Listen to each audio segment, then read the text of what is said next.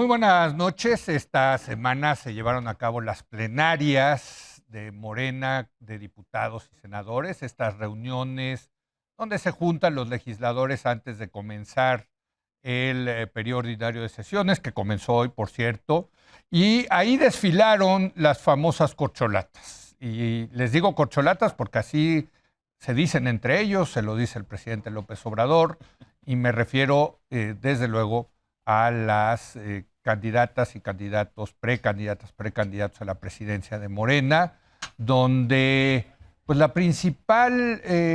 principal mensaje fue un llamado, un mensaje a la unidad del partido. Y vamos a debatir este tema del desfile, de la pasarela, de las corcholatas el día de hoy con Mario Arriagada. Mario, ¿cómo estás? Buenas noches. Hola, Leo, buenas noches, qué gusto estar aquí. Igualmente. Y vía remota está Pablo Magluf. Pablo, ¿cómo estás? Muy buenas noches. Muy buenas noches, Leo. Buenas noches, Mario. Un placer estar con ustedes. Buenísimo. Escribía yo hoy en mi artículo de Excelsior que yo en los 90s asistía a las asambleas del PRI, ¿no? Desde luego no como militante ni como simpatizante, sino como politólogo. ¡No! ¿Qué pasó? Ya me estás haciendo priista. Pero no. Leo ha cambiado mucho en el tiempo y la audiencia es testigo. No, me invitaba. Bueno, más bien yo conseguí una invitación porque como politólogo me parecía fascinante, por supuesto, ver las asambleas del entonces partido hegemónico, ¿no?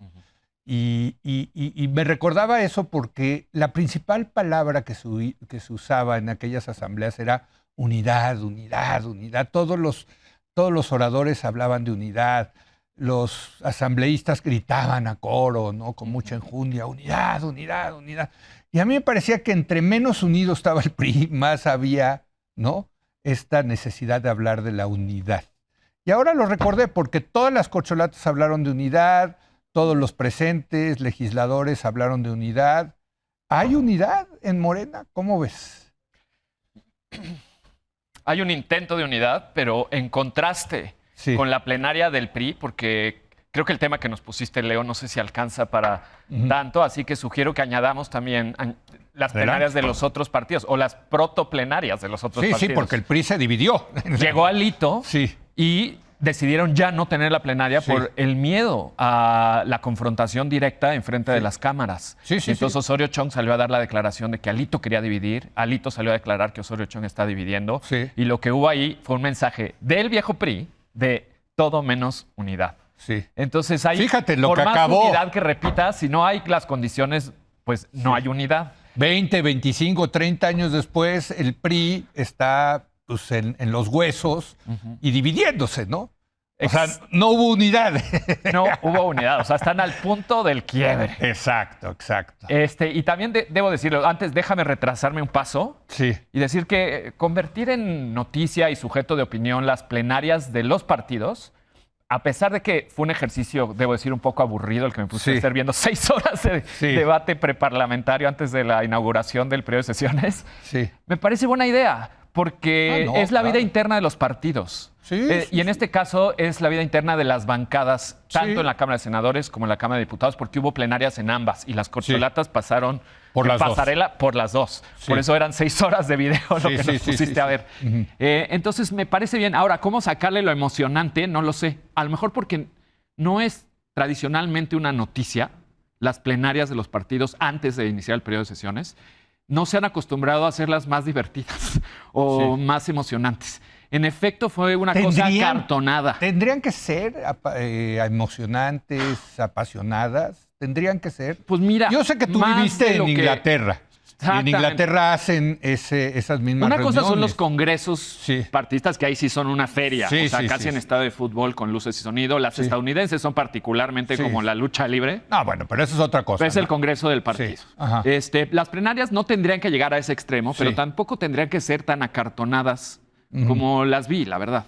Porque no se permitía aplaudir. No había aplausómetro. No que yo esté a favor o no del aplausómetro como medidor de nada, pero no había ni siquiera respuesta real de la audiencia, de los otros senadores increpando o preguntando cosas. Esto ya con las corcholatas. Con las corcholatas, no les increpaba. O sea, ya entramos al tema del desfile de las corcholatas. De los 4 posibles candidatos: Monreal, Marcelo, Adán Augusto, Claudia Sheinbaum. Invitaron en la Cámara de Diputados, para que te diviertas, a Noroña. A Noroña. Sí. También, que su discurso estuvo muy chistoso. Sí. Debo decir, muy divertido. Fue el más divertido. Sí. Por lo menos era el más suelto y dicharachero, como suele ser. Ajá. No necesariamente el más interesante. Pero los 3 discursos me parecieron que, primero, había un discurso de unidad, como bien lo señalas. Sí. Después hubo un discurso diferenciador, pero la diferencia solo trataba de narrar, casi como en un informe, como en una comparecencia regular de un secretario al Congreso, lo que han hecho. Sin mayor disputa sobre lo que se ha hecho en el gobierno y lo que ellos harían o querrían hacer o propondrían para una nueva época electoral. Bueno, los 4 adelante. Supongo que lo que proponen es seguir con el López Obradorismo, ¿no? Pues mira. Con la 4T. No, o sea, yo creo que Claudia sí tuvo un discurso particularmente enfocado en los principios que guían al movimiento de la 4T. Okay. No robar, no traicionar, no mentir, en fin.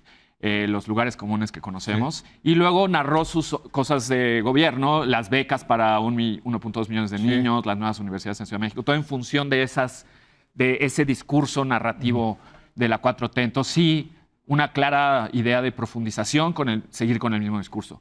Marcelo Ebrard insistió en cosas que no están en la retórica tradicional de la 4T, pero sí en su trabajo de canciller.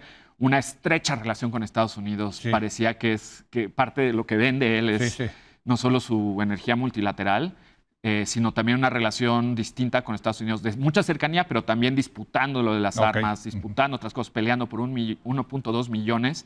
No sé cómo lo van a lograr, de mexicanos en Estados Unidos que van a lograr tener una ruta hacia la binacionalidad. Fue una de las cosas que anunció que me pareció de las más interesantes. En el caso de Adán Augusto, como un soldado de la 4T, diciendo aquí todos nos vamos a alinear en la unidad con el proyecto legislativo del presidente y estaré yo en contacto con todos ustedes, estaré acompañando el proceso. O sea, y a eso se limitó básicamente en lo que alcancé yo a escuchar. Entonces el balance es... ¿Y Monreal no lo escuchaste?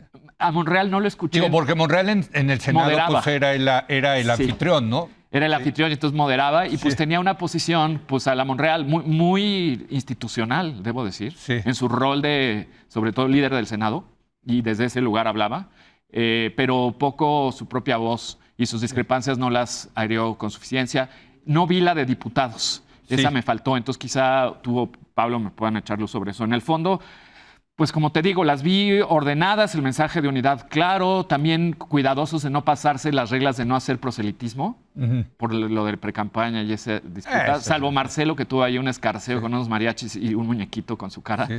Fuera de eso, estaban bastante cuidadosos, pero pues acartonado, aburridón, tampoco mucho que nos dé claridad sobre qué quiere hacer cada quien, a dónde van, cómo se van a diferenciar de lo que hay ahora y qué necesita México del futuro. No me quedó claro, pero ciertamente una lección de orden político a pesar del desorden que es Morena comparada con el PRI. Bueno, yo decía precisamente, Pablo, que me recordaba el PRI porque todos gritaban unidad, pero sabías que los golpes estaban por debajo de la mesa como siempre ha sido. Es la lucha por el poder, ¿no? Entonces pueden sonreír, abrazarse, en fin, unidad, pero los golpes ya empezaron, eso me queda claro, Pablo. Sí, una línea de discusión que podemos tener es si hay juego real, la lucha intestina es real, o si esta pasarela pues finalmente fue un juego de simulación. Yo creo que pueden ser ambas, no están peleadas, no son exclusivas. Sí. Me explico, ¿no? O sea, yo soy de la particular convicción de que el presidente en este momento, ya lo hemos platicado, si hiciéramos un corte a hoy, favorece a Claudia Sheinbaum. Pero puede cambiar. Yo creo que tiene la baraja abierta por una razón, y es que le da versatilidad de acuerdo a muchísimos factores, quién sea el candidato opositor, quién sea, dependiendo los escándalos, el desgaste, en fin. Yo creo que este tipo de ejercicios, como el de la pasarela de las corcholatas, ¿Le sirve de alguna manera al presidente para medir los ánimos internos dentro de las facciones legislativas de Morena? O sea, son un poco como termómetros de las bancadas. No quiere decir que estas plenarias definan nada. O sea, bien pueden ser un ejercicio de simulación para aparentar que Morena es un partido democrático, que hay deliberación, que hay exposición de proyectos, en fin. Y el presidente, pues al final puede decidir con base en otros criterios. Pero siento que no son echados en saco roto, o sea, no son a fondo perdido. Yo creo que sirven por los dos lados. Por un lado, para dar esta apariencia de un partido democrático, donde los juegos son reales y terrenales, que no me cabe duda que lo son, ¿eh? O sea, bueno, en eso coincido. Sí. No, en eso coincido contigo, Leo, de que juego hay aún y que la decisión no es definitiva. Y precisamente por eso, por el otro lado, que el presidente los puede usar para medir los ánimos al interior. Es decir, que se traten de una simulación, en buena medida, no está peleado con que le sirvan al presidente para medir a los ánimos desde adentro. Esa más o menos fue mi lectura. Y yo creo que, a juzgar sobre todo por las declaraciones de diferentes legisladores, fuera de las plenarias, yo creo que todas las corcholatas tienen un poco de apoyo. Me pregunto, por ejemplo, Leo, digo, esto ya es muy anecdótico, no tiene nada que ver con una medición real y tampoco tiene que ver con las plenarias, pero apoya un poco mi sospecha de que sigue habiendo juego más o menos real. Es que, por ejemplo, acá en la península al menos, en la península de Yucatán, pues la publicidad a favor de Adán Augusto es abrumadoramente mayor a la de Claudia, ¿no? O sea, pero de calle. Sí. Estoy hablando de Quintana Roo y Yucatán, ¿no? Sobre todo la Riviera, o sea, de lo que va a Cancún, Playa del Carmen, Tulum, y los pueblos hacia Yucatán, o sea, el canal hacia Valladolid y Cizal y Mérida, o sea, de calle Adán Augusto. ¿Por qué? ¿Por qué? Es que está interesante, ¿no? O sea, no sé si las corcholatas tienen la misma percepción que nosotros de que la favorita es Claudia Sheinbaum, pero están dando su lucha, claramente. O sea, sí se creen este discurso de que va a ser por encuesta. O lo aparentan, al menos. Lo aparentan. O lo aparentan. Claro. Pero saben que si se dividen, pierden. Y entonces no importa si crees lo de la encuesta o no. Eso ya viene después, cuando venga el momento de ver la encuesta. Sí. Antes, si te divides, ya la encuesta da igual porque pierdes. Entonces tienen clara prioridad de unidad, unidad, unidad. También tiene lógica la obsesión con la unidad, porque como describe el comentario de Pablo y la pregunta que hace sobre que hay juegos telúricos por debajo de la aparente unidad, es porque Morena ha crecido tan rápido. Es el efecto político más rápido que hemos visto en tiempos recientes, en términos de ir ganando territorialmente presidencias municipales, estados de la República, distritos. Es como el PRI de antes. O sea, tú sabes que con la candidatura de Morena, Mario, pero cuando pues creces rápido, ya tienes quizá el 60-65% de probabilidad de ser el próximo presidente de México. Entonces, la lucha... A menos que te dividas, ¿sí? A menos que te dividas, exacto. Pero cuando crece algo tan rápido, cualquier organismo vivo, social o un adolescente, la metáfora médica nunca es buena idea, pero un adolescente que crece muy rápido se tropeza más fácil.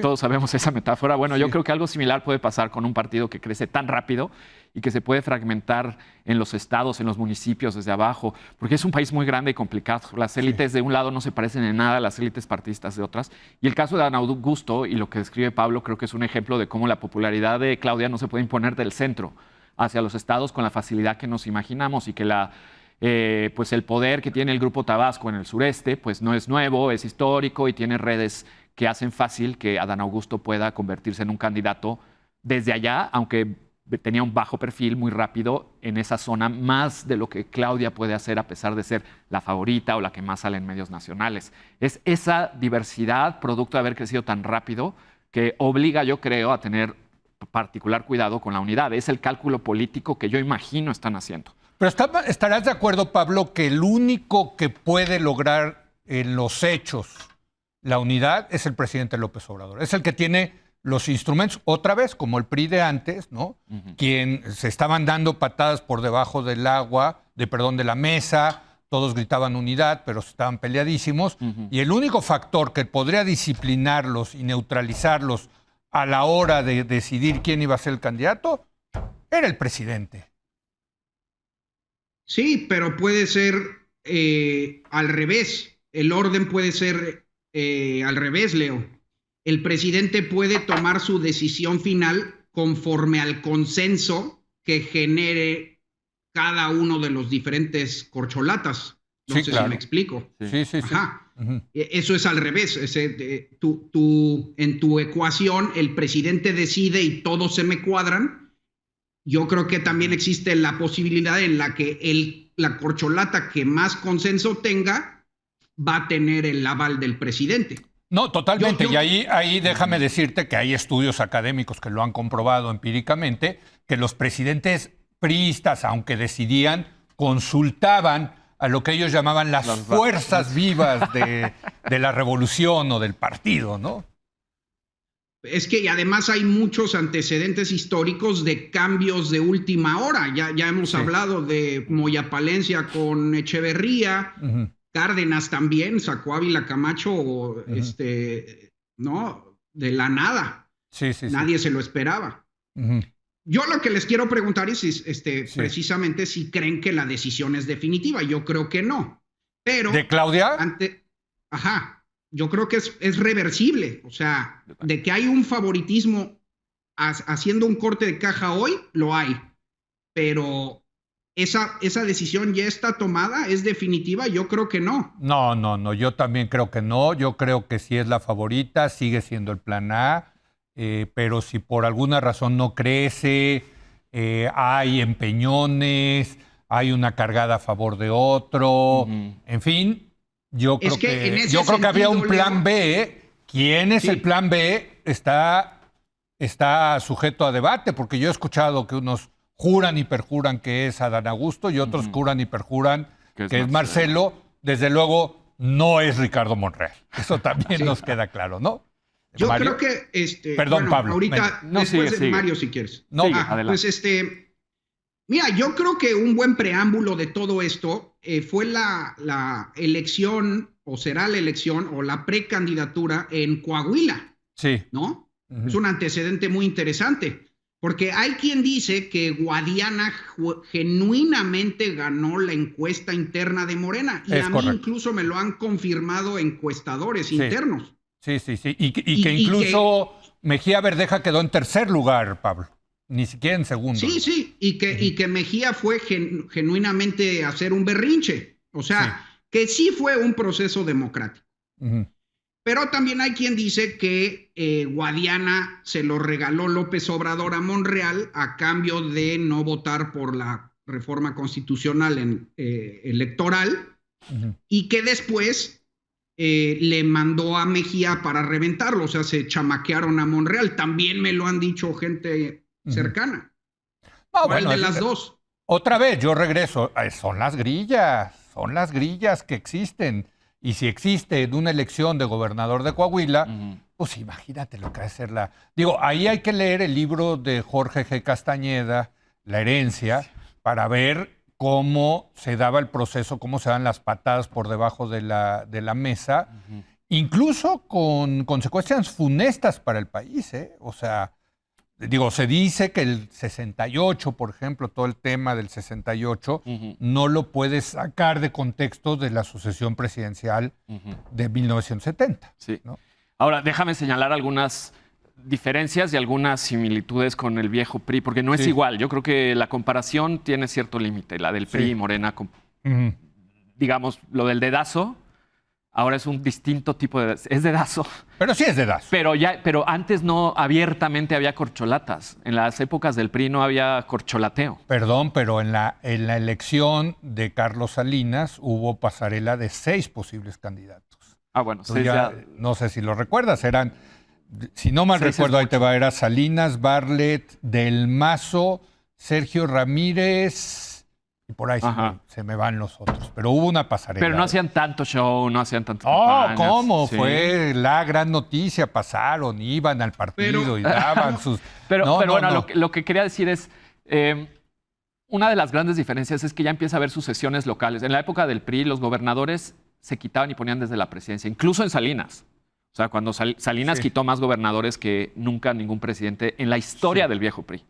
Entonces, lo de que haya alternancia y posibilidad de que pierdan y ganen y que ya no tiene tanto poder el centro para definir a los gobernadores y no los pueda retirar, eso es una tremenda candado democrático que existe hoy al comportamiento de un partido como Morena. Sí. Entonces, no es exactamente igual. Creo que es injusto hacer el comparativo. Sin embargo, lo de la grilla, el tipo de grilla funesta que estaban describiendo ustedes, que es más una hipótesis que una... No sabemos si fue así, pero de que existen grillas funestas, lo de Coahuila. Ok. Pero podemos asumir que sí existen grillas muy funestas como esa. Sí. Yo creo que eso, por la falta de institucionalización del partido, genera vicios como los que describía muy bien tu mesa de ayer sobre el futuro de los jóvenes en la política. Sí. Porque ellos, los jóvenes de ayer, decían, ya los voy a jovenear, los de los martes, esos jóvenes de los martes, se quejaban de que no se quieren retirar los viejos, sobre todo porque hay unas formas informales de premiar políticamente vía dinero, vía sangre, familia, parentesco o obediencia. Eran los 3 criterios que ellos decían impedían el nacimiento de nuevos liderazgos políticos jóvenes que renovaran la política. Creo que estoy de acuerdo. Creo que Morena tiene ese vicio. Estoy de acuerdo con los jóvenes de ayer. Y creo que el tipo de grillas en el cual se está dirimiendo, cuál de las corcholatas va a poder consolidar una mayoría, no social, una mayoría de grupos políticos que le den un extra a la hora de que el presidente elija, es el tipo de grillas que van a mantener a los jóvenes, a las nuevas liderazgos, a las nuevas maneras de hacer política un poco retrasados en la historia de nuestra democracia. Entonces, en eso, a pesar de las diferencias que veo con el viejo PRI, sí veo un problema consistente hoy y desde entonces. Tú hablando de esto de los jóvenes, que a mí me parece un tema fascinante, desde luego, hace varios años que estabas en Democracia Deliberada, creo un grupo trató de entrar al PRD, ¿no? Y no sé si estabas tú dentro. Yo estaba, sí. Y no los dejaron. Los dejaron, se tuvieron que amparar o algo así, ¿no? Para que los dejaran entrar al partido, ¿no? ¡Qué ridículo! Así fue. Y es un problema que sigue hasta hoy, ¿eh?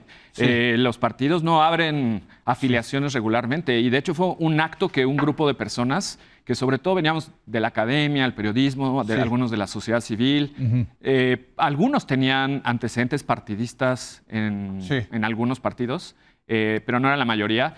La idea era como... Pues hay muchas maneras de cambiar el mundo. Una de esas no solo es la sociedad civil, no solo es la presión desde fuera, no solo es el poder de los medios o escribir.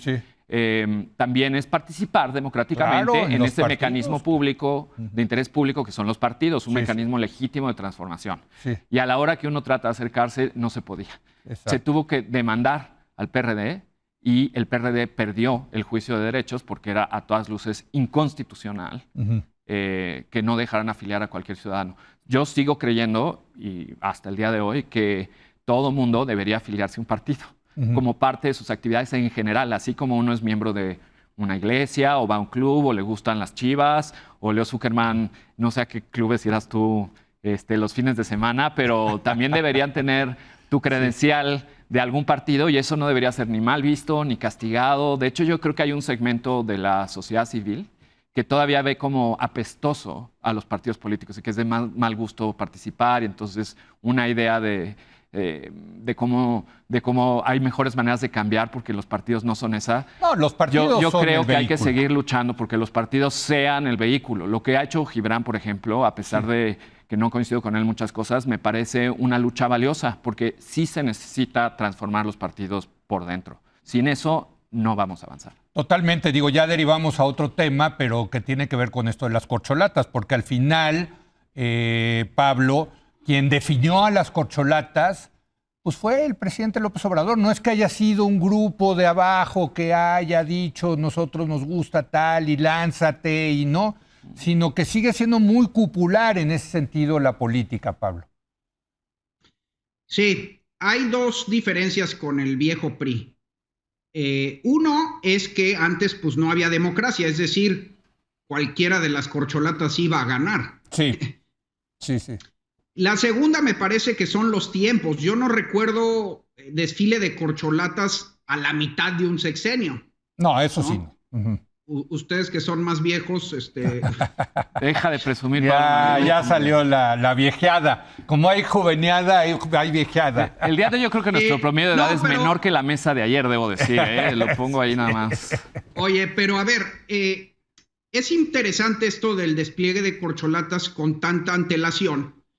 Yo, contrario a lo que opinan muchos analistas opositores, yo no creo que haya sido un error de López Obrador. Muchos creen que, desde luego que tiene desventajas, ¿no? Una es pues el desgaste de las eventuales corcholatas, las riñas internas y los trancazos. Pero de nuevo, ya lo había dicho en otros programas, yo creo que es una apuesta muy audaz porque tener la baraja abierta le da mucha versatilidad. Puede decidir de último momento López Obrador cambiar, dependiendo sobre todo de algo crucial, y es quién sea el candidato opositor. Él tiene todo el tiempo para esperar. Se puede esperar hasta que decida la oposición y si necesita cambiar, pues cambia. Tiene 3. Yo creo que es mejor que tener 1. Por cierto, déjame nada más decirte que la oposición ya dijo que se van a esperar hasta que salga el candidato a Morena para elegir a su candidato. Entonces... Órale, fíjate, pero ¿quién tiene las de perder ahí, Leo? O sea, si se van a ver quién gana al final, yo creo que tiene mucho más ventaja López Obrador porque está en la silla, está en el aparato. No, sí, claro. Y también o sea, tienes toda la razón, a diferencia del pasado, siendo candidato de Morena, ya no la tienes asegurada la presidencia. Pero como veo en las encuestas, pues sí tienes una probabilidad, pues insisto, quizá del 65 70% de ser el próximo presidente. No probabilidad de 100, pero sí una alta probabilidad, que no está mal. Por eso la candidatura que más se pelean son las de Morena hoy en día. Claro. Los políticos no son tontos. Pero te pongo un escenario. Imagínate que se desinfla Claudia, viene otro percance en el metro, cualquier cosa. Sí. Y pues puede destapar a Ebrard sin ningún problema y sería un candidato competitivo. Tiene números sólidos. Podría ganar. Sí, sin duda. No, entonces, o sea, el plan B no es malo. Ya quisieran el plan B los otros para su plan A. Mira pues, lo que está diciendo. Bueno, fíjate, se están riendo en la cabina, los estoy escuchando aquí con el Chicharito. No, pero lo dijo, ¿sabes a quién se lo oí esto también? O sea, no dicho con esas palabras, pero el senador Damián, el del PAN, el de Sonora, Damián, ¿cómo se apellida? ¿El de PAN? El del PAN. Sí, Damián Cepeda. Sí. Damián Cepeda lo vi en un programa de senadores de los 3 partidos diciendo... Yo ya hablé con el liderazgo de mi partido, les insisto que abran el proceso sucesorio, porque hasta ahorita, y cito textual, el monopolio de la sucesión lo tiene Morena. Sí. Y es verdad, por eso quisieran el plan B para que fuera su plan A, porque ellos ni siquiera han empezado a pasear a sus corcholatas, cosa que me parece ya no solo absurdo, sino inconveniente para el futuro de esos propios partidos. Yo creo que ya deja tú si es ilegal o legal lo de hacer precampañas o no, Leo, lo hemos discutido mucho que las Cortes lo decidan, pero yo creo que tener a un partido haciendo pasarela y a otro no, puede ser negativo para la competitividad de nuestra democracia en el futuro. Yo creo que todos los partidos ya deberían estar haciendo lo mismo. Si la regla aplica que se puede hacer este tipo de actividades para un partido, debe aplicar para todas. Así que yo estaría, salvo lo que digan las Cortes, a favor de que ya todos abran sus procesos de sucesión internas, porque si no, se van a quedar muy atrás. Lo que pasa es que no lo abren porque también te viene la fuerza del Estado. O sea, también es que es muy... El presidente es muy duro en eso. Cualquiera que levanta la cabecita, ¡pumba!, le saca la escopeta y viene el disparo. Pero con ejercicios retóricos, sobre todo. Pero, pero los ejercicios retóricos del presidente tienen su costo, ¿no? Sí, hay intimidación, ¿no? Pues claro, totalmente. O sea, hay que estar curado de espantos para ser político, pero no por eso no vas a hacer política. No, pero cuando el golpe viene desde Palacio Nacional y probablemente expedientes en la Fiscalía, que te los inventan, ¿eh? No necesitas ser un pillo, no necesitas tener la cola larga, te los inventan. Y ahí vas, o sea, jamás no, es que este gobierno sí es muy duro en eso. Pero bueno, ya se nos acabó el tiempo. Gracias, Mario. Gracias, Leo. Gracias, Pablo. Voy a hacer una breve pausa y voy a regresar con María Elena Ríos y su abogada Diana Cristal para hablar de todo lo que ha tenido que enfrentar esta mujer tras el ataque con ácido del que fue víctima. Regresamos.